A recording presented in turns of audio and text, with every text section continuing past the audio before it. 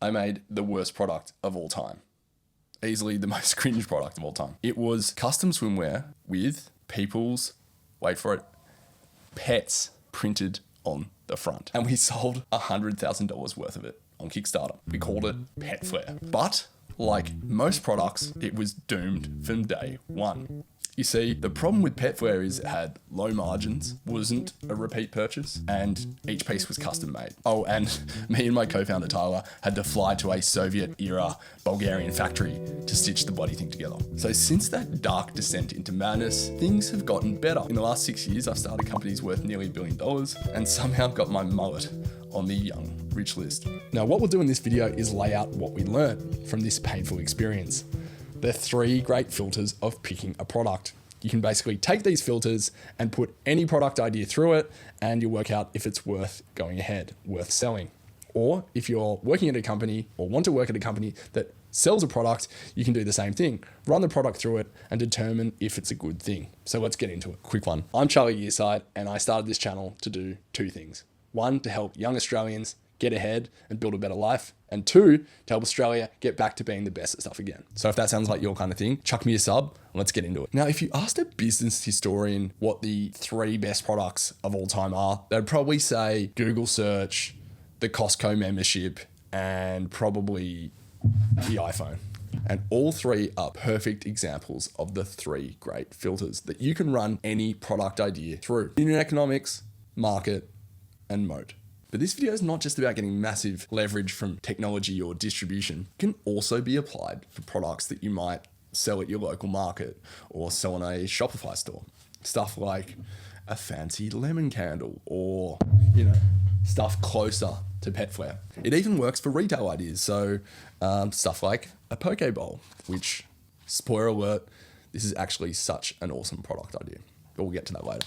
Okay, before we get to unit economics, why do we even want to sell a product in the first place? Well, if you've watched my video on the last way to get ahead in Australia, you'll know that not all ways of making money are equal. See, unlike a job or a service business, a product is the best way to change your life and to get ahead. And that's because it basically decouples the relationship between the standard workday and how much money you're able to make. Because if you make a product, you can sell 10, 100, 1,000, or a theoretically infinite number more products than the 8.5 hours of time you're able to work in a standard workday. So back to the first great filter, unit economics. Unit economics is basically the simple equation that tells you if your product will bring in enough money to be able to fund the business and turn a profit. And the first part of that equation is margin.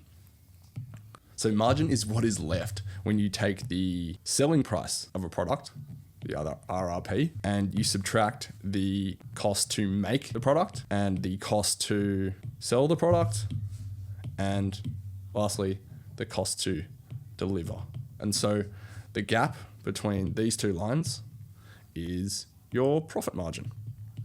The bigger that number, the more room you have to grow, to experiment, to survive. Take Koala. We used to sell a mattress that was $1,000 and it had a theoretical margin of 60%, but you had to take into account how much it cost to sell, which was about $250 worth of Facebook ads.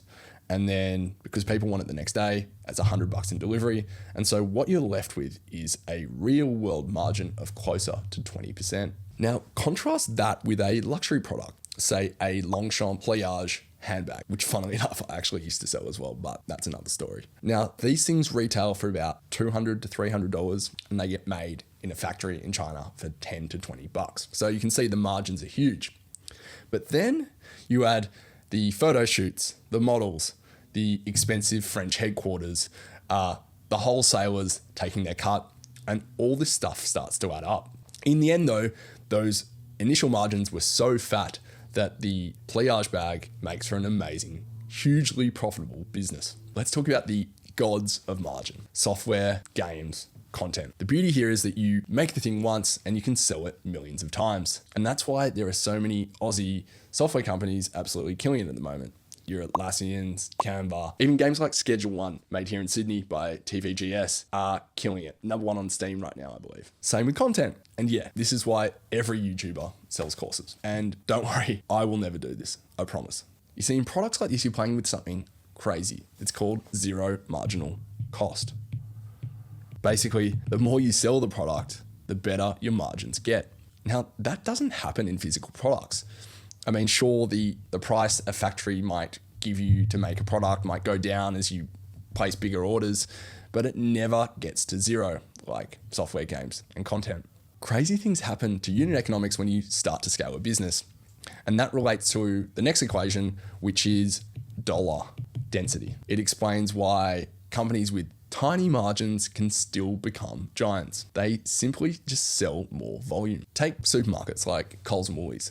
They've got super thin margins, something in the realm of 3 to 5%, and yet they make billions in profits. As a side note, they're always crying that they have very thin margins, despite having some of the fattest profit margins of their kind, of their class, anywhere in the Western world. But that rant is for another video, and I'll definitely cover it. And I definitely will cover it. In fact, let me know in the comments what kind of videos you want to see.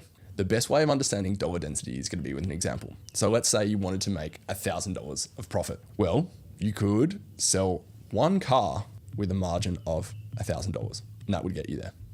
Or you could sell 10 mattresses with margin of $100 each. Or you could sell 100 t-shirts with a $10 margin. And lastly, you could sell 1,000 yogurt pouches with a margin of $1 each. And all of those would get you to $1,000 profit. But this is how scale is so different.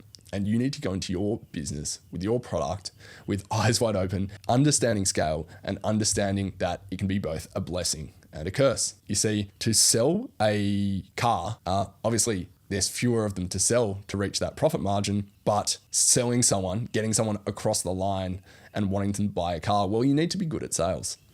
And so at the other end, selling 1,000 yogurts, well, you're not going to need a salesperson, but logistically, that's going to be a pain in the backside. You're going to need shelf space. You're going to need a shop. You're going to need trucks. You're going to need people to pack the shelves, that kind of thing. Me personally, when selling yogurts, I would just eat them. Chobani, if you're watching this, call me. And that's where I would, at the start, recommend beginning. So yeah, margins matter, but as you can see here, so does the math of scale. Do you need volume to be able to drive a profit with your product? We made 100K in sales on Petflare, but the operations around it to manage custom swimwear was a scale issue, and it was really hard. And it sucked because if we got a product 5% wrong, people would complain, we'd give them a refund, and we'd be back and forth with them, 14 emails saying that their pug looks fugly, which it did. Was it our fault? Not really. So you need to pick a entry point on this spectrum that suits your skills, your runway, and your appetite for chaos. The last part of the unit economics equation is also my favorite, and it's recurring revenue. And if you check this box, you've got a serious edge. And that's why subscriptions in this day and age are everywhere and definitely smashing my bank account right now. They're just such great businesses. See, unlike one-off purchases, recurring revenue creates a smooth, reliable, and potentially infinite source of revenue, at least until the sun explodes, or the Tigers or St Kilda win the premiership, whatever comes first. For example, at Koala, we were selling mattresses as one-off purchases. So a family might buy one or two every 5 years. At Pilot, we were selling one of the greatest products of all time, ED medication, and we built a entire digital clinic around it. So legit prescriptions, proper doctor's consultation, but most importantly, repeatability. So just like a normal prescription, Pilot allowed you to access your repeats as long as you were in contact with your doctor. We mapped the delivery cadence of your medication to your prescription. So you didn't just buy the medication one off, but you became part of an ongoing service. And that is recurring revenue. This turned an awkward one-off purchase into a safe, ongoing care experience. And it was one of the best things we could do from a unit economics perspective. This was a game changer. So when you're thinking about your product, you should be asking yourself, can this generate revenue again and again and again? Because if it can, you're onto something really special and you can start to generate real numbers. So we've looked inward at the product to decide whether the unit economics of it stack up. And now it's time to look outward at the second great filter, which is market. is there appetite in the market for what you're building? Now, the first and easiest thing to understand about market is competition. Are there other brands or companies out there doing your thing? Or are people spending money to solve the same problem? Now, the crazy thing to wrap your head around with competition is that a little bit of competition is actually really good. So if you think about it on a spectrum, you want enough competition that your product idea is a little bit validated, but not so much competition that it's an ocean of sharks and it's going to be a bloodbath. And too much competition leads to a whole bunch of bad things. It means people drop prices and it's usually a race to the bottom on margin, or the cost of advertising goes up a lot, which we saw in mattresses. And yeah, both things are bad. So you don't want to be too close to that end of the spectrum. Now, what you want is a market that has existing players, but they're trying to service that market with a product that is older or worse. Take Koala. They entered the mattress game against 40 Winks and Sealy, but they innovated with a novel product. They had a bed in a box delivered in 4 hours, 120 night trial, wasn't sold in person, sold online. So they're bringing something quite new to a market and a problem that already exists. And this is quite a sweet spot to be in. Now, over time, obviously more competition can enter the market and be copycats. And that's definitely what happened to Koala, but we'll get to that part when we talk about moats. Basically, when you're looking at competition within the market filter, you're looking less at what products your competitors are selling, and you're looking more at the customers and what problems those products are solving. But as we know, not all products are made equal. And this is the number one problem I see brand builders face when they launch a product, which is basically they create a product that's nice and pretty and cool, but people, their customers, struggle to justify buying it. And this is the concept known as their willingness to pay. I like thinking of it through this lens. Is your product a vitamin, something that makes your life a little bit better, but it's kind of hard to feel the difference, like a real vitamin? Or is it a painkiller, something that you take and it makes your problem go away? Because some problems are life and death for humans. Selling nice smelling candles is great, but it doesn't really compare to Pilot, where we were selling the ability for men of a certain age to have sex. It's all about urgency. So people will drop $200 without blinking if it solves a real problem that they have and does it fast, and they'll think about a $20 purchase for weeks and weeks if it's a nice to have. Now, the next thing to wrap our head around is how big the market is. Market size, total addressable market. How big can this business be? I suck at numbers. That's probably part of the reason why Tyler and I, with Petflare, we forged ahead without thinking too deeply about it. Getting a basic sense of the numbers is a really important filter before you proceed. So Petflare started with a really big theoretical market, 1 billion pet owners worldwide. And let's just say 300 million of those were in English-speaking countries that we could reach. But swimwear, that's when it filtered down really fast, because maybe 1 in 100 of those would buy swimwear online. And of those, 1 in 1,000 would be actually crazy enough to wear this stuff and have the body confidence to do so. So realistically, we're looking at 300,000 people globally that were in our possible market. Now, venture capitalists and investors do this kind of calculation every day, and they use the terms TAM, SAM, and SOM to describe the entire market and the various sub-segments of that market. But to be honest, it's more of an art than a science. That's because sometimes new products come along that can't even be categorized. They create entirely new markets and they unlock latent demand. Uber is a great example of this because, I mean, a whole bunch of investors passed on putting money into Uber because they thought, hey, how big could the market be for people that want fancy limos? Well, what they didn't realize is that this is actually a new market of people that just wanted to get from A to B in a really convenient way. So to some extent, if you've got a product that changes the entire paradigm of an industry, no level of analysis is going to help. You're going to have to take a big leap of faith. And I encourage you to take that leap of faith on the condition that you let me invest, because we need companies, we need products like this. Now, the next filter is one of my favorites. It's about licking your finger, sticking in the air, feeling the winds of change. Is your product in a market that's growing? Does it have tailwinds behind it? Because you want a market that has momentum. you want a market that is growing. So look at wellness. That was huge for Fishbowl. Or work from home. That's been big for Notion. Climate anxiety. That's helped solar, electric bikes, even emotional support drink bottles. Petware had no tailwind. It was just a novelty. Timeless, but a novelty. And koala, well, that was during the e-commerce boom when Facebook ads were just getting started. Big tailwinds. So the big lesson here is don't say it. You see, the big lesson here is don't say it. Skate to where the puck is going. Oh my God, I said it. Now, the last filter in market is brand. Is there room in your particular market for a more expensive player? If so, that's great, because that can create more margin that you can play with. And we call this idea brand premium. Now, the trick with this one is that you need to actually be good at branding or good at design or marketing to be able to sit at that premium end of the market and to be able to charge more. Now let's use a toaster as an example. I could go out to Kmart and get a $20 Alavenco $20 toaster, but I could also ask, would the market support a $700 ultra premium toaster? Now it's also totally a fair approach to enter the market at the cheaper end of the spectrum.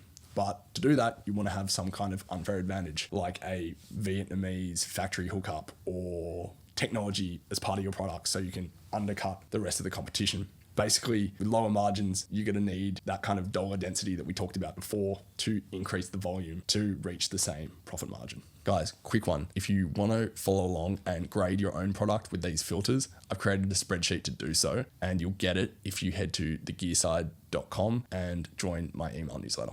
Okay, on to the final great filter, which is Moat. If you love tower defense games, you're going to love this one. Now, the first moat to understand is a classic of the genre. Intellectual property. It's best to think about intellectual property along a spectrum. So at one end, you've got commodities, products that are undifferentiated, that are very simple and everyone knows what they are. So we've got a light bulb or a clothes peg or a t-shirt. At the other end is intellectual property. Now, these are things that take effort to dream and design. It could be a novel drug formula. It could be a new drink bottle design, patents, trademarks, proprietary technology, KFC's 11 secret herbs and spices. Is it 11? 13? Whatever. They're all examples of intellectual property. So you have one end where it's really easy to get going with these commodity products that you can get off the shelf. And at the other end, you need a lot of thought, a lot of time, and often a lot of money to get these things up and running. So again, like all things, the answer is usually somewhere in the middle. And enter this concept of white labeling. White labeling is basically where you get someone else to make the product. They own the designs of the underlying product, and you basically produce a brand or some kind of experience on top. You can do this with products from a factory. Telcos do it with, selling mobile connections. Basically, they buy connections to towers that they don't own, that are owned by bigger players, and then they have their own sort of advertising and their own sort of software that sit on top. So it feels like an innovation, and it's a lot easier to get started than building the poles and wires yourself. In software, this is really, really common, and this is known as using a framework or a library or an API to get up and running. And in fact, these days, most software is built like this. It's built on other people's code. A great example is all the AI coding tools that are out there now, your Cursors and your Windsurfs. They're all built on Microsoft's Visual Studio code. They're using that as a base, and they're creating the intellectual property on top of that. They're not starting from scratch. Yeah, so you don't want to go full commodity. Never go full commodity, because once competition enters, as we know, margins will come down due to people dropping price on each other. Advertising costs go up. That's why commodities generally shitty businesses. But white labeling and frameworks might be really interesting as a place for you to start. Now, the next moat is around operational complexity. The idea here is the more complex a business is, the harder it is to copy. So Eucalyptus, my company, is a great example of this, because we're in healthcare, and healthcare is bloody hard, and rightfully so. We're dealing with people's lives. Not only do we have a product to ship, but we have our own software that we had to build, which was an orchestration layer around logistics and clinical management. And we had doctors and nurses, and we had basically auditing and all these things that you need to get off the ground and run in healthcare. We had to build so we could do it at scale. it was really hard and it's really scary. And thankfully, a lot of people didn't follow us and copy us. And to this day, we don't have that many competitors. And then on the other end of the spectrum, you've got simple businesses, which are awesome. And like, I love simple businesses. I think Fishbowl, which I've been digging into. I remember the first time I walked into Fishbowl back when I lived in the share house in Bondi. And it's this tiny kitchen. It's like a kitchenette, basically. And the hottest thing in that kitchen is a rice cooker. You think about that, it's a restaurant. The hottest thing in there is a rice cooker. There's no extractor fan, range hood kind of thing. And that's just an amazingly simple business. And it's kind of blows my mind that there haven't been that many people copying Fishbowl from what I can see. Either that or they've grown so quickly to just dominate the space. But yeah, operational complexity is a spectrum because it's a double-edged sword and you need to choose wisely. Do you want more competition or do you want a business that's easier to start with? Okay, so the next moat is kind of hard to wrap your head around, but so many great product people fail to understand this one. So I've made sure that I've left it in. It's distribution, and it's basically the art of getting your product into people's hands. In this day and age, you really want an unfair advantage when it comes to distribution. And that could be a relationship that you have with a supplier. It could be that you're really good at creating Facebook ads. It could be that you have a social media account with a huge following and can leverage that to sell the product. Now, you might create the most genius, beautiful, painkiller product in the world, but unless you have a way to distribute it, to get it into people's hands, you're toast. So e-commerce and ad platforms have to some extent democratized distribution, but it can get really expensive really fast if you're paying for ads all the time and you don't have some kind of advantage. You don't have some kind of moat in the distribution space. Now, the next moat could almost be skipped, but out of my own OCD, I'll touch on it. It's network effects and data moats. Basically, these are like the rarest moats you can find. You'll find them on the likes of Facebook, Instagram, Airbnb. Basically, what network effects are is the more people that join your product or the more people that use your product, the better the product gets. And therefore, there's more incentive for people to use it. So Airbnb, more people use Airbnb because it has all the best listings, and the people with the houses, they own the listings. Well, they go, well, I want to put my product where more people are looking. And so it creates this virtuous cycle. If you have network effects, amazing, bottle it, sell it, you're going to go from 0 to a million really fast. And related to network effects are data moats. So data moats are similar, not exactly the same,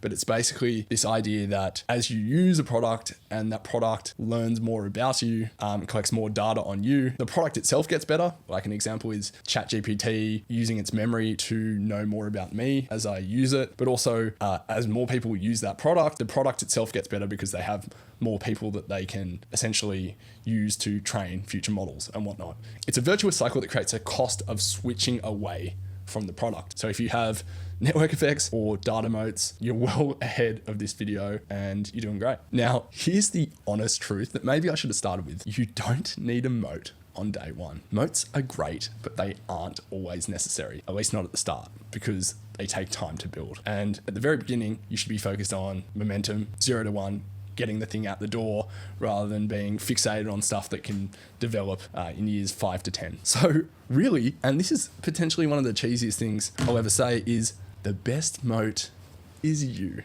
You playing to your strengths, whether you're a good marketer, operations person, or, might be great at customer service. You playing to your strengths is actually a way that you can infuse the DNA of your product with your natural tendencies. And that's something that no one else who's not you can actually do. Okay, so there you have it. The 3 great filters: unit economics, market, and moat. You can use those to launch your next $1 million, or dare I say, $1 billion company. And if you want a head start, I created a spreadsheet that does just that, and you'll get it when you join the newsletter at thegearside.com. So yeah, I created the worst product of all time, but I wouldn't change a thing because I learnt about what makes a good product and, most importantly, what makes a terrible, cringeworthy product, and I'm able to share it with you. And I also made one of my best friends in Tyler, and I actually couldn't believe it. I actually showed this towel with the Doge-like dog in the investor meeting for Eucalyptus, and I flashed it to the partners at Blackbird, and they ended up giving us $1.5 million. So I'm actually just going to take all credit for that. But at the end of the day, don't stress too much about finding the right product, because perfect is the enemy of starting, and momentum is everything. And that's it for now. Yibbida yibbida, love yous all.